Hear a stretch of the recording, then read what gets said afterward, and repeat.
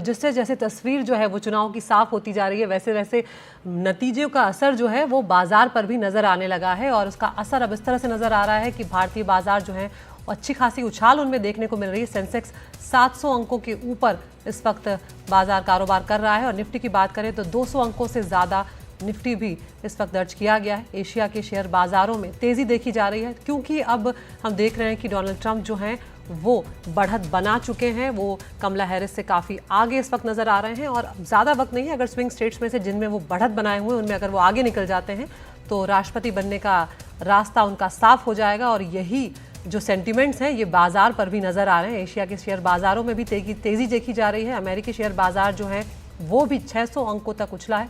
कल भी जब मार्केट बंद हुआ था अमेरिका का तो काफ़ी ऊंचे स्तर पर वो बंद हुआ था और अब जब नतीजे जो हैं वो साफ होने लगे हैं तो उसका असर भी यहाँ पर नज़र आ रहा है। उमा, अगर हम ट्रंप के कार्यकाल की बात करें तो काफ़ी विवादित कार्यकाल उनका रहा है और ख़ासकर अगर हम मीडिया से उनके संबंधों को देखें तो कई बार हम देखते थे कि प्रेस कॉन्फ्रेंस में वो किसी भी सवाल पर भड़क जाते थे और कई बार उन्होंने मीडिया को बैन करने जैसे कदम भी उठाए। तो अब जब नया कार्यकाल होगा तो क्या ट्रंप में कोई बदलाव आया है या वही अग्रेशन अभी भी बना हुआ है? मुझे नहीं लगता कि 78 साल की उम्र में कोई बदलेगा और ट्रंप तो बिल्कुल ही नहीं बदलने वाले।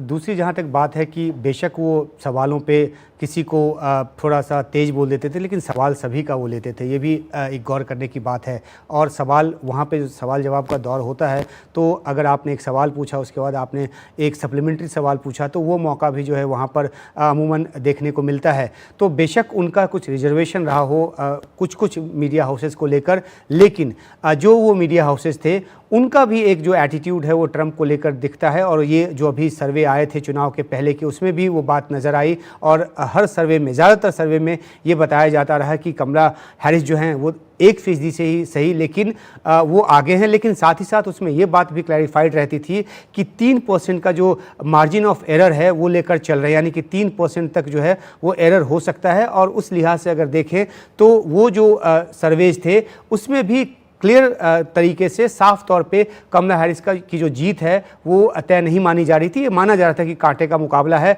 और अभी तक ये जो कांटे का मुकाबला है वो नज़र आ रहा था तब तक जब तक कि स्विंग स्टेट्स में से 4 स्टेट्स में सीधे तौर पे ट्रंप जो है लीड लेते अब नज़र आ रहे हैं। 2 स्टेट वो जीत चुके हैं। और एक अहम बात ये भी है कि जब पेंसिल्वेनिया का प्रोजेक्शन आ गया है जिसमें कि वो जीतते बताए जा रहे हैं तो पेंसिल्वेनिया, उसके अलावा जो मिशिगन है और विस्कॉन्सिन है, ये तीनों स्टेट जो है वो एक ब्लॉक के तौर पर वोट करता है, यानी कि जो पेंसिल्वेनिया जीतता है वो मिशिगन भी जीतता है और वो विस्कॉन्सिन भी जीतता है। तो अब विस्कॉन्सिन और मिशिगन के नतीजे का इंतजार रहेगा, प्रोजेक्शन का इंतजार रहेगा और ये दोनों स्टेट जो आ जाते हैं उसके बाद तो खेल बिल्कुल खुल जाएगा, मैदान बिल्कुल साफ हो जाएगा। 270 का आंकड़ा जो है ट्रंप के लिए वो पूरा हो जाएगा।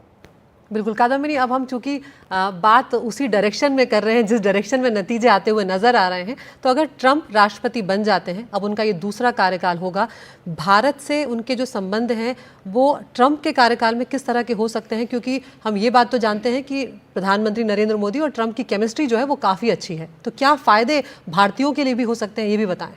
देखिए, भारतीयों के लिए फ़ायदे अगर आप देखें, हालांकि टैरिफ वगैरह पे जो हम पहले बात कर चुके हैं कि उसमें हो सकता है वो टैरिफ लगाएं क्योंकि वो प्रोटेक्शनिज्म के खिलाफ हैं और कहते हैं कि भारत टैरिफ किंग है। पीएम मोदी से उनके अच्छी केमिस्ट्री है, उनको कहते हैं गुड फ्रेंड, फैंटास्टिक मैन कहते हैं, लेकिन तब भी वो एक बिजनेसमैन की तरह सोचते हैं। एक चीज़ जो हो सकती है जो जियोपॉलिटिकल की, वो चाइना से काफ़ी नाराज़ रहते हैं, तो देखा जाएगा कि वो भारत के लिए ये बेहतर एक सिचुएशन शायद रहेगा। रूस से उनके रिश्ते बेहतर होंगे, ये भी भारत के लिए एक बेहतर सिचुएशन होगा क्योंकि रूस के बारे में, वो पुतिन के बारे में कहते हैं कि उनसे बात कर सकते हैं, तो ये भारत के लिए एक बेहतर सिचुएशन होगा।